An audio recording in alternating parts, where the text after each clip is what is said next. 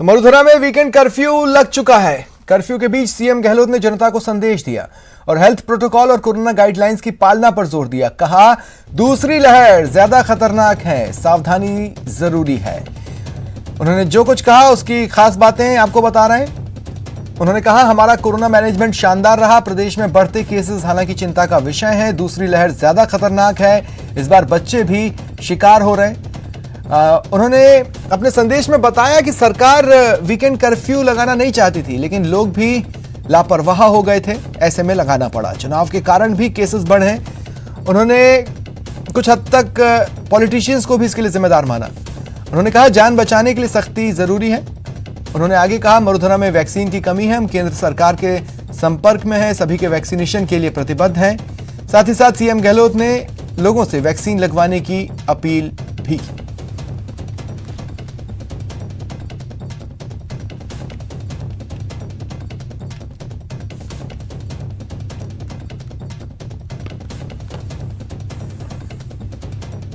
Corona भी अलग तरह के मिजाज का है, ये बहुत ही खतरनाक है। ये दूसरी लहर विशेषज्ञ कहते हैं हमेशा बहुत खतरनाक होती है।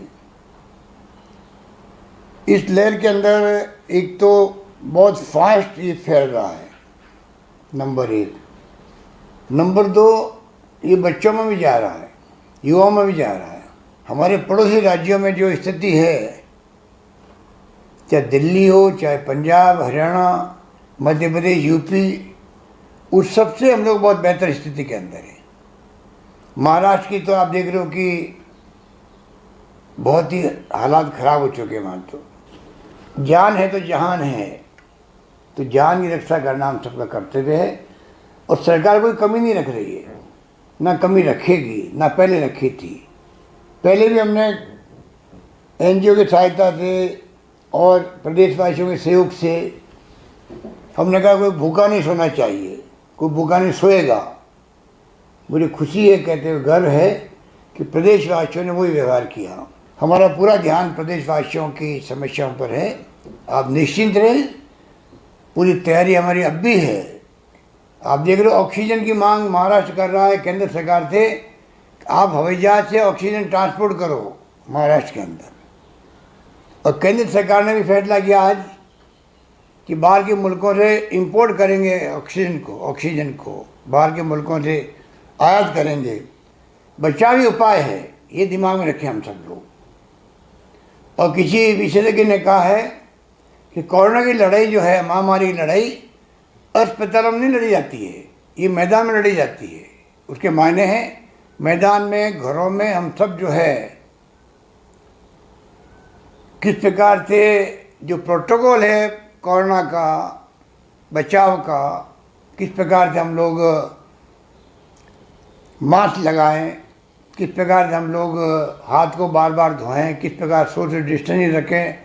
इलाज है ये। वैक्सीन की कुछ कमी हो गई केंद्र में, वो भेज नहीं रहे राज्यों को। हमारे लिए बहुत बड़ी चिंता का विषय है। हम संपर्क में केंद्र सरकार के, उम्मीद करते हैं कि वैक्सीन आती जाएगी, हम लगाते रहेंगे। वैक्सीन लगने के बाद में कम से कम जिंदगी जाने का खतरा खत्म हो जाता है।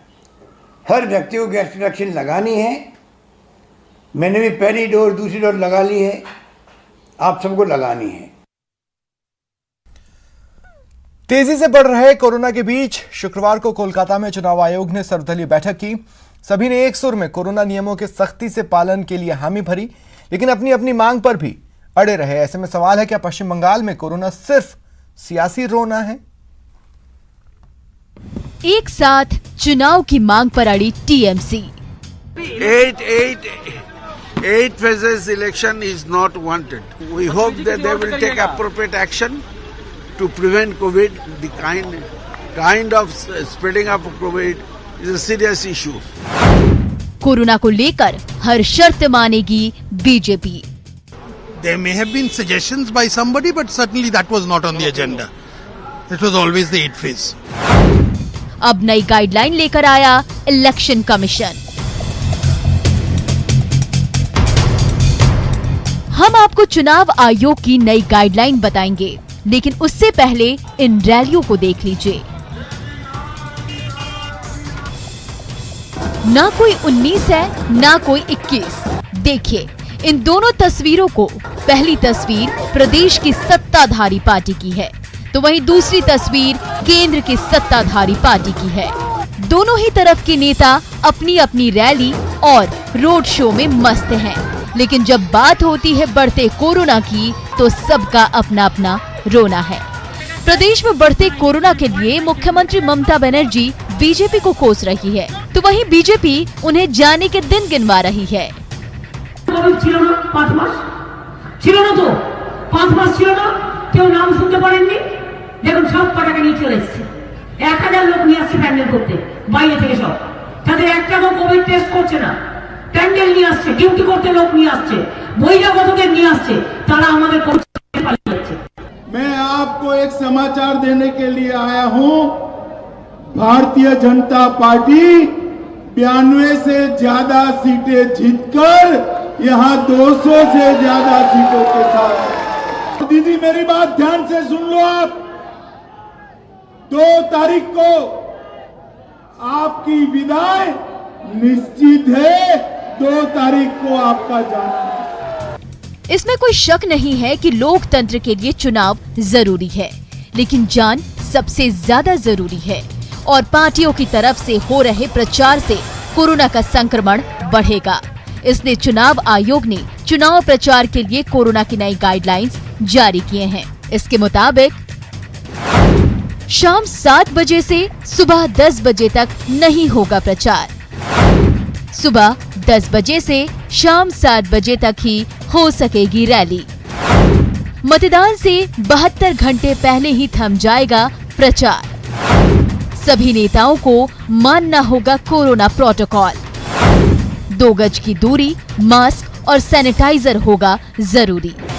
बता दें कि पश्चिम बंगाल विधानसभा के लिए 4 चरणों की वोटिंग हो चुकी है। 5वें चरण के लिए शनिवार को वोटिंग है, जबकि छठे चरण के तहत 4 जिलों की 43 सीटों पर 22 अप्रैल, 7वें चरण के तहत 5 जिलों की 36 सीटों पर 26 अप्रैल और 8वें चरण के तहत 4 जिलों की 35 सीटों पर 29 अप्रैल को मतदान होगा। वोटों की गिनती 2 मई को होगी। Bureau report, news 18 network.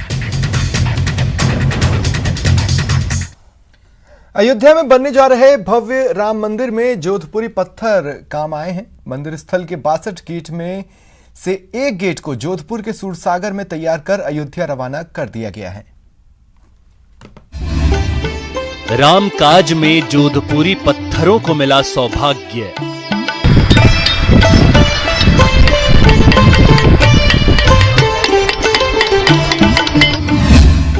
Sursagar में बना विशाल गेट अयोध्या के लिए रवाना।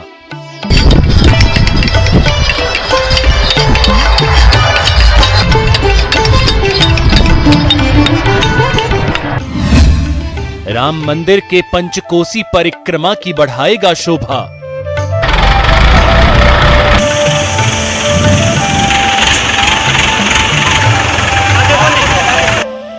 जोधपुरी पत्थरों का यह भव्य गेट अयोध्या के राम मंदिर निर्माण में काम आया है। जोधपुर के सूरसागर में छितर के नाम से विश्व प्रसिद्ध पत्थरों को प्रभु श्री राम के मंदिर के द्वार बनने का सौभाग्य मिला है।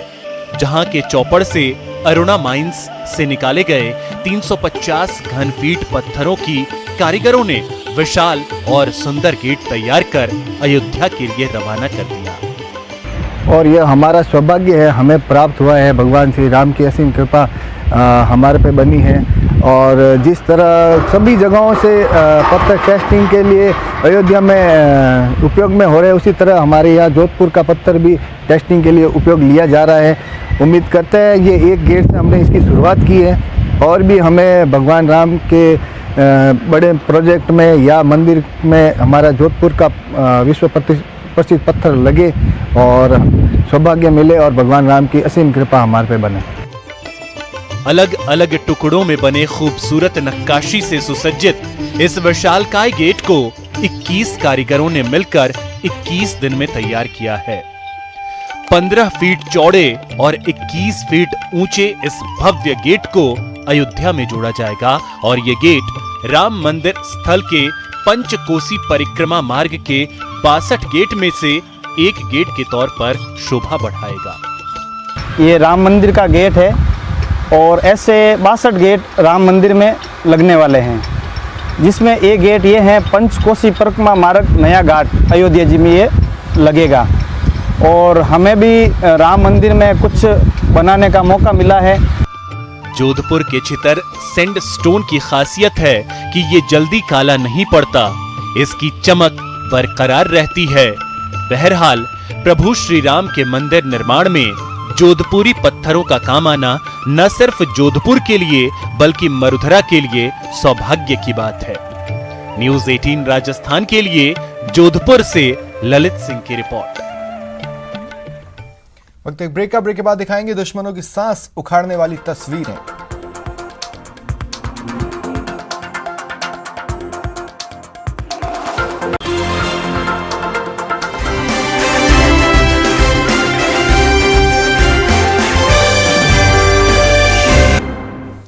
घाटी से ऐसी तस्वीर सामने आई है जिसे देख दुश्मनों की सांसें उखड़ जाएंगी, वहीं देशवासियों की बाछें खिल जाएंगी। ये तस्वीरें देखिए।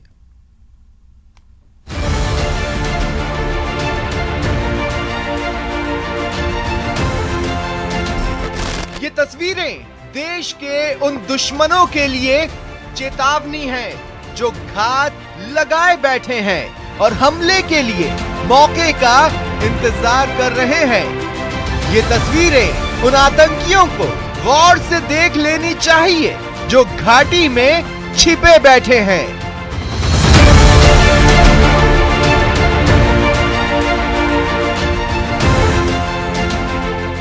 या जो सीमा पार से आकर यहां आतंकी वारदात को अंजाम देने का सपना पाले बैठे हैं। देश के ये जांबाज जवान आतंकियों को मार गिराने के लिए उन्हें पूरी तत्परता से ढूंढ रहे हैं।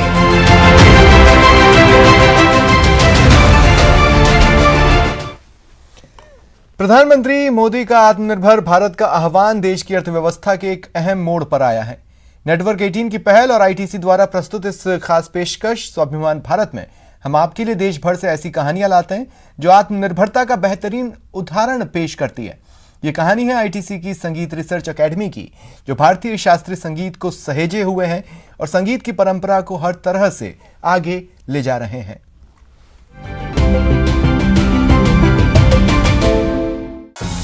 भारतीय शास्त्रीय संगीत दुनिया में सबसे समृद्ध संगीत संस्कृति है, जिसे राजे रजवाड़ों ने धरोहर बनाया और आज ये देश में ही नहीं बल्कि दुनिया भर में जानी जा रही है।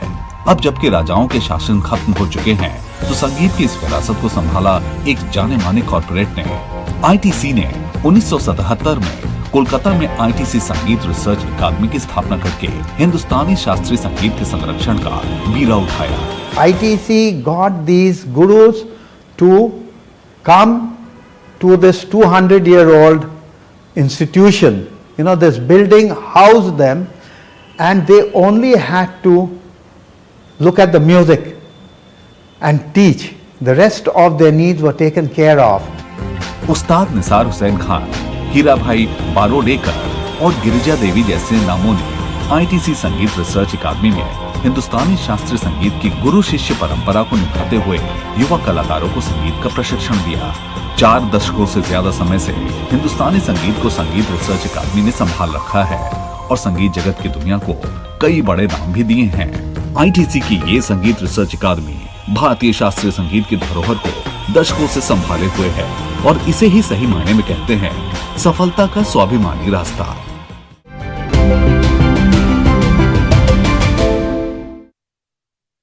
भारत से ऐसी ही सफलता